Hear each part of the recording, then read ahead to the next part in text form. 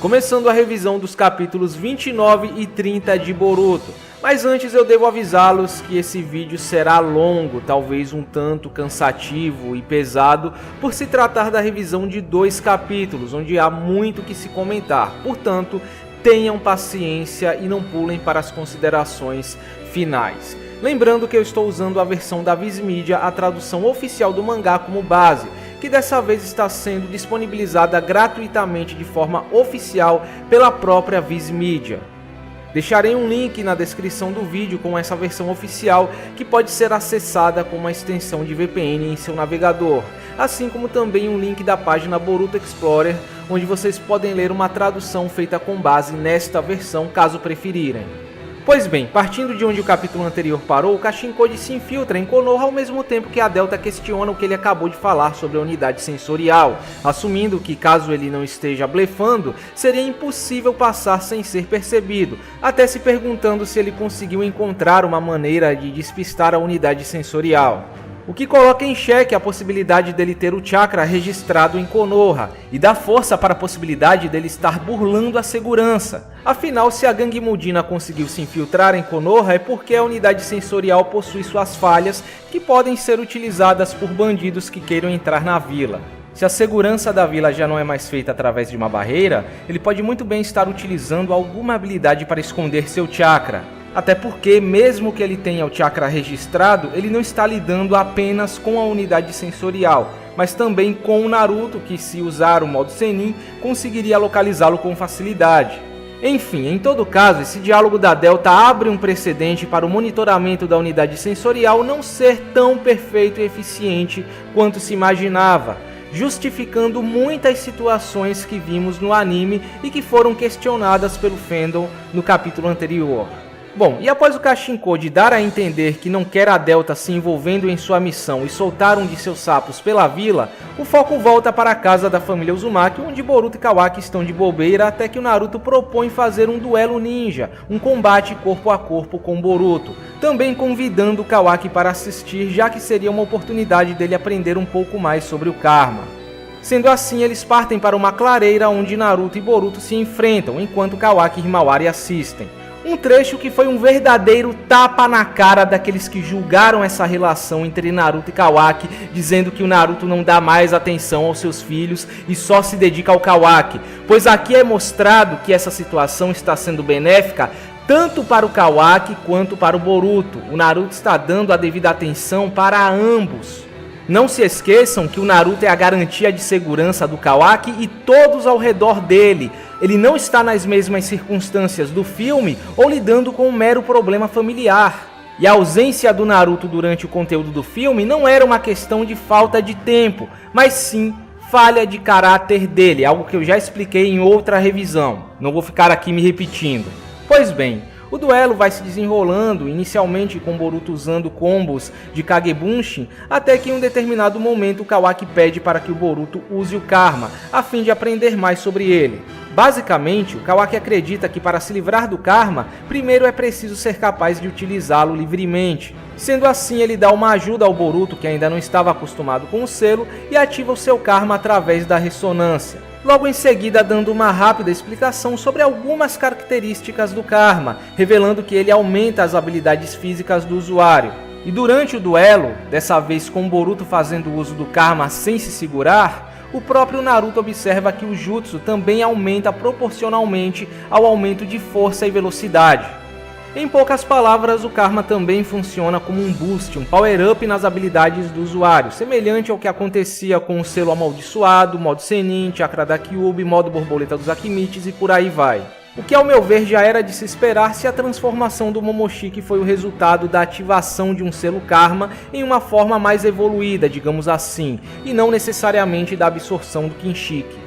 Mas enfim, apesar do aumento de poder, o Boruto acaba sendo surpreendido pelas costas e perde o duelo. Porém, o Naruto elogia por ter ficado mais forte e feito um bom trabalho treinando. Um diálogo muito importante, pois o fandom adora encher a boca para reclamar e dizer que o Boruto não treina ou tira ninjutsus do nada. Aqui é mostrado que de fato ele treina sim, porém esse treinamento acontece em off, não é mostrado, não é uma prioridade. Inclusive, analisando a afirmação do Naruto sobre o Boruto não ter uma missão neste dia e o fato do Boruto ter saído de casa cedo, equipado com seus equipamentos ninjas, e não ter demorado muito para voltar, como vimos nos capítulos anteriores, eu diria que ele aproveitou esse tempo livre para treinar um pouco pela manhã. Eu já devo ter dito isso em outro vídeo, mas Boruto não parece um mangá que irá se focar tanto em treinamentos quanto Naruto. O próprio fato da obra começar a partir do exame de Chunin, quando toda a nova geração em si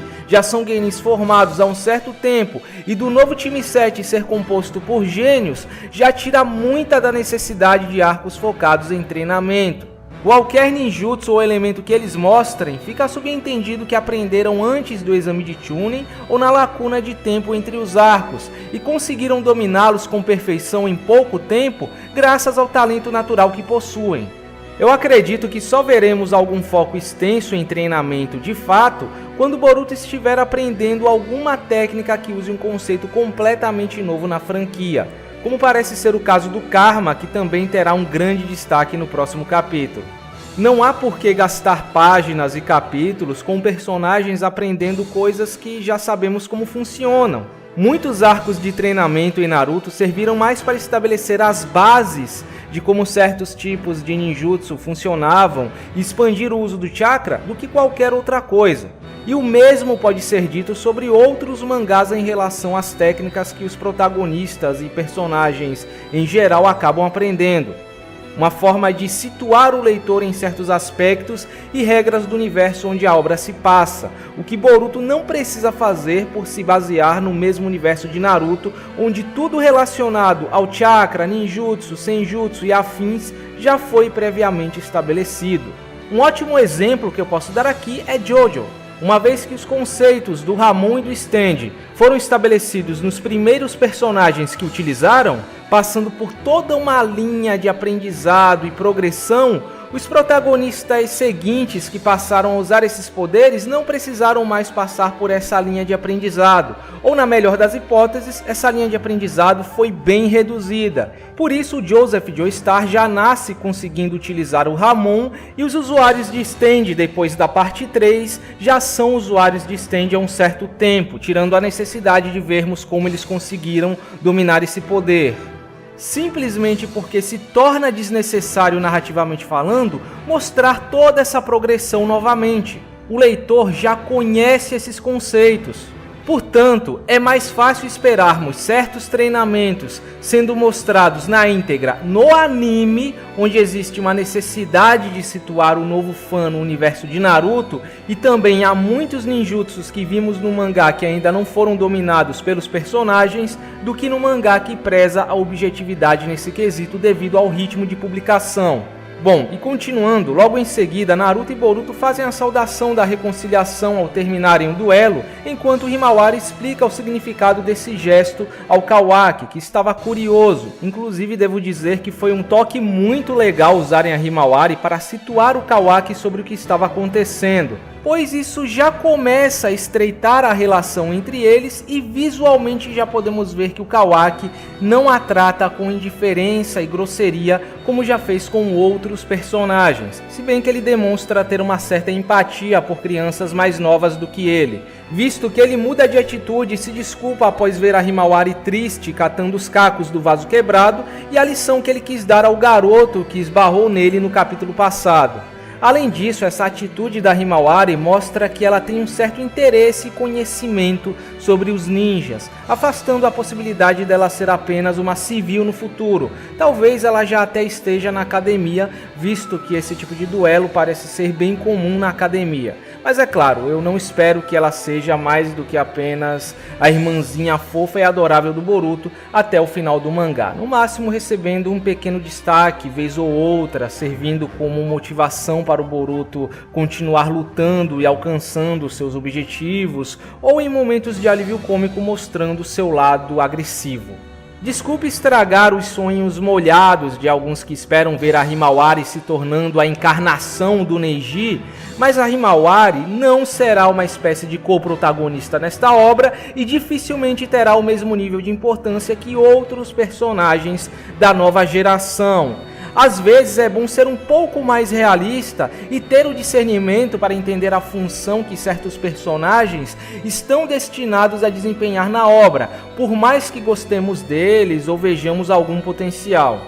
Mas enfim, continuando, vendo como Boruto e Naruto se divertem, o Kawaki mais uma vez tem um flashback de seu passado, em um treinamento com o Jigen praticamente sendo uma versão oposta do duelo amistoso entre Boruto e Naruto, já começando com o Kawaki sendo arremessado violentamente. Aqui, logo de cara, já é mostrado um detalhe bem interessante, o Jigen usando uma espécie de bastão, semelhante ao que vemos o Kawaki usando nas primeiras páginas do capítulo 1. Reforçando ainda mais a afirmação do Jigen sobre o receptáculo eventualmente voltar para suas mãos. Bom, basicamente o Jigen estava treinando o Kawaki no uso do Karma, até destacando que se ele não pudesse dominar o Karma, não tinha valor, o que deixa o Kawaki farto de tudo aquilo, pedindo para que o Jigen tire o Karma dele. E vendo que ele estava desobedecendo suas ordens, o Jigen joga na cara do Kawaki como ele era uma existência insignificante e vazia, sem amigos, família, poder ou talento, e como ele detestava esse vazio e negava seu próprio valor. O que evidencia algo que eu já havia dito em outros vídeos, o Kawaki é o extremo oposto do Boruto, ele é o underdog, ele é o fracassado, assim como o Naruto era na obra original. O Kawaki que vemos hoje, com todo esse senso analítico e habilidade em combate, certamente foi forjado pelo trabalho duro devido a esse treinamento intensivo, quase como uma tortura, tanto física quanto psicológica, e não pelo talento natural. Pois bem, o Jigen continua afirmando de maneira metafórica que existia um buraco no coração do Kawaki e que nada poderia preenchê-lo, também dizendo que lhe deu o Karma por essa razão, porque é a única coisa que pode preencher esse vazio, esse buraco em seu coração. Porém, o Kawaki questiona por que aquilo estava lhe machucando tanto, deixando o Jigen claramente irritado, que logo em seguida bate nele com um bastão e mais uma vez destaca como o Kawaki era inútil e como seria uma pena matá-lo e ter que encontrar outro, o tratando completamente como um objeto. Ao meu ver, esse trecho, em especial o diálogo do Jigen, já diz muito sobre o personagem. Ele parece ser alguém que acredita que você não precisa de nada desde que tenha poder. Ao mesmo tempo, soa como se a decadência fosse um tipo de pré-requisito para ser compatível com o selo Karma que ele concedeu ao Kawaki, que nesse caso só teria conseguido sobreviver ao selo Karma por ser um zero à esquerda, o que pode ter a ver com o próprio conceito do Karma. Talvez o selo Karma que o Jigen deu represente o Karma positivo, em que tudo acaba eventualmente dando certo ao seu usuário, mas que só pode ser dado para alguém que está completamente no fundo do poço, que não tem outro caminho a não ser crescer na vida. E em contrapartida, o selo Karma do Momoshiki representaria o Karma negativo, em que tudo acaba eventualmente dando errado para o seu usuário, mas que só pode ser dado para alguém que já nasceu com a vida perfeita, com tudo o que se pode desejar, e não tem outro caminho a não ser perder tudo isso. O que para mim faria muito sentido, até me lembra uma frase que eu li certa vez: existe uma luz que só pode ser vista da escuridão mais profunda, a luz da esperança. Talvez o Kawaki seja aquele que consegue enxergar um caminho ou alcançar algo que o Jigen não consegue por não ter a esperança que apenas os mais desesperados conseguem ter. Talvez por isso ele seria a tal chave. Além disso, a tendência do Kawaki em ter sucesso pode ser de grande ajuda no plano do Jigen, aumentando as probabilidades dele sobreviver aos experimentos ou de se tornar o receptáculo perfeito. Quem sabe até mesmo a queda do dirigível tenha sido o efeito do Karma em seu destino. E no caso do Boruto, a possível decadência por conta dos efeitos do Karma em seu destino seria uma maldição do Momoshiki, a punição perfeita por ele tê-lo matado, o que seria uma excelente razão para ele ter dado o selo Karma ao Boruto, até porque ainda não sabemos as razões do Momoshiki ter dado esse selo ao Boruto. Mas deixando esse assunto de lado, após o flashback de volta à casa da família Uzumaki, pela primeira vez o Kawaki tenta puxar conversa com Naruto, mostrando um certo interesse pela luta de antes, que parecia divertida. O Naruto até convida ele para a próxima vez, sugerindo o treinamento de ninjutsu, mas o Kawaki revela que não é um ninja, não é capaz de manejar chakra. Lembrem-se que as habilidades dele de manipulação corporal vêm das nanomáquinas em seu corpo. O Kawaki em si é uma ferramenta ninja científica. Porém, o Naruto explica como o chakra é algo inerente a todos e a sua verdadeira essência como uma força de conexão, fazendo uma clara referência ao conceito do Ninshu. E em seguida chega o que eu considero talvez um dos momentos mais dramáticos e poderosos desse capítulo. O Kawaki mostra interesse no Kagebunshin, como também já estava mostrando durante o duelo, e pergunta se dava para bater em si mesmo, com a intenção de aliviar o seu estresse. Mas o Naruto recomenda que ele não faça isso, pois não vai se sentir melhor, porque ele mesmo já havia tentado fazer isso no passado. Explica ao Kawaki que é muito melhor lutar contra um adversário, contanto que seja um rival digno, e termina o seu conselho dizendo que a amizade pode mudar o mundo de maneiras incríveis, basicamente referenciando toda a sua experiência de vida em poucas palavras, mostrando ao Kawaki que ele também foi alguém que odiava sua condição, sua fraqueza, como podemos ver no capítulo 98 da obra original, onde o Naruto confessa a Hinata como ele se sentia sobre si mesmo, frustrado consigo mesmo por ser alguém que sempre falhava. Não é de se espantar que ele tentasse descontar toda essa frustração nos Kagebunshins. Ao mesmo tempo que também é a prova viva que se pode dar a volta por cima, que há uma fuga para essa dor, esse vazio que ele sente dentro de si. Ao meu ver, esse é o momento onde o Kawaki se toca que o Naruto também teve um passado difícil. Acredito que também esse interesse pelo Kagebunshin e o fato do Kawaki não ser usuário de chakra são detalhes muito importantes, pois criam uma brecha para que o Naruto se torne mestre do Kawaki, lhe ensinando como canalizar o chakra. Inclusive no primeiro capítulo vemos que ele é capaz de se fixar nas paredes, e não me parece que ele está usando algum tipo de ferramenta ninja que simule esse efeito. Pelo menos nas concept arts ele parece ter sapatos bem comuns, indicando que ele vai aprender como canalizar o chakra em algum momento. Apesar de eu crer que ele não vai chegar ao ponto de aprender algum ninjutsu do Naruto, ou do contrário, ele vai ficar muito parecido com o Boruto. Convenhamos que ele não deve passar mais de 1 ano ou 2 convivendo com a família Uzumaki, porém já pode servir como base para que ele crie suas próprias técnicas incorporando o chakra às suas próprias habilidades. Outro detalhe curioso que o fato do Kawaki não usar chakra mostra é que o karma não depende do chakra do usuário. Isso pode significar que ele possui sua própria reserva de chakra separada, como o Byakugou, ou mesmo que use um conceito completamente novo que não tem a ver com chakra, mas com tecnologia, talvez tecnologia Otsutsuki.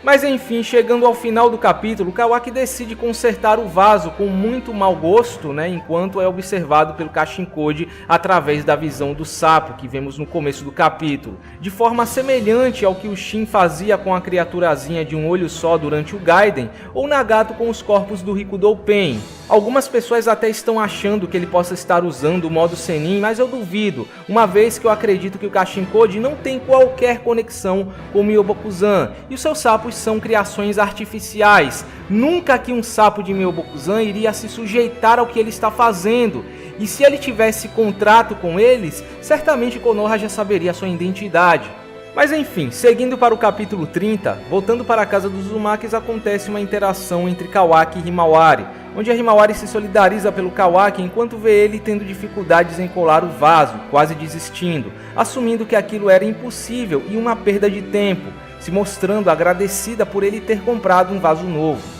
Curiosamente, um acontecimento bem semelhante ao que eu estava supondo na revisão do capítulo 28, ao falar sobre a intenção com essa situação envolvendo o vaso como um fator importante na criação de um vínculo entre Kawaki e Himawari, dando uma base para uma possível união entre eles como um casal no futuro.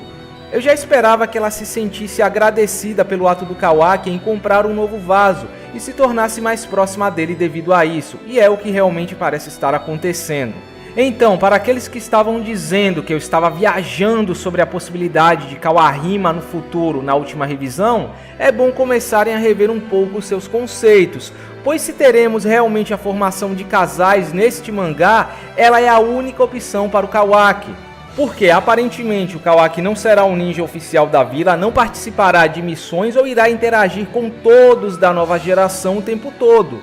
A Himawari é a única garota com quem ele terá contato na maior parte do tempo, e quando um autor de Battle Shonen dedica tantas páginas para mostrar interações tão suaves entre um garoto e uma garota, exatamente como estamos vendo aqui, é porque aí tem coisa. Bom, além disso, outro detalhe que me chamou muito a atenção sobre esse trecho, que a princípio parece ser algo sem importância, é toda essa dificuldade do Kawaki em consertar o vaso. Mas será que há uma razão maior, um pouco mais simbólica por trás disso? Lembram que na revisão passada eu citei que o vaso quebrado seria uma metáfora para o próprio Kawaki? Pois é, me parece que talvez a intenção do Kodachi aqui seja ilustrar a psique quebrada do Kawaki sendo reconstruída na convivência com a família Uzumaki, ao fazer com que ele conserte o vaso aos poucos, à medida que ele for convivendo com a família Uzumaki, para que no final o deixe como um presente de despedida antes de deixar a vila, ou coloque a última peça quando eventualmente reatar os laços com todos. Talvez eu esteja viajando demais, mas assim como os cards no arco Mudina, esse vaso parece ter um significado muito maior em vários sentidos do que à primeira vista. Pois bem, prosseguindo, em paralelo, Kashinkodi continua observando Kawaki, surpreso por ele não ter sido colocado sob forte vigilância e estar vivendo de favor na casa do Hokage, mas logo entende a situação e assume que não pode se envolver com eles de forma descuidada, se mostrando precavido com a situação, lembrando que a intenção dele, pelo menos por enquanto, é apenas observá-los, diferente de sua parceira Delta, que estava extremamente irritada e impaciente enquanto isso. E assim como eu já estava esperando, ela não iria ficar parada vendo Kashinkodi tomar a dianteira da situação e tenta achar o Kawaki de seu próprio modo, usando uma espécie de drone que sai de suas costas, já que não seria detectado por ser uma máquina sem chakra, ao mesmo tempo mostrando que possui modificações corporais envolvendo tecnologia. Detalhe que, dando um close mais de perto, dá pra ver que o drone possui olhos com o mesmo design dos dela, indicando que os olhos dela são de fato ferramentas ninja científicas e não necessariamente uma espécie de doujutsu como muitos acreditavam anteriormente. Essa foi uma revelação que acabou confirmando muitas das suspeitas que eu já tinha sobre a personagem desde o capítulo 25, quando ela cita que deveria ter substituído o cérebro do Garou, indicando que ela foi a responsável pela modificação dele. Afinal, se a Delta é responsável pela criação de alguns agentes externos com partes biônicas, nada impede que ela também faça melhorias em si mesma.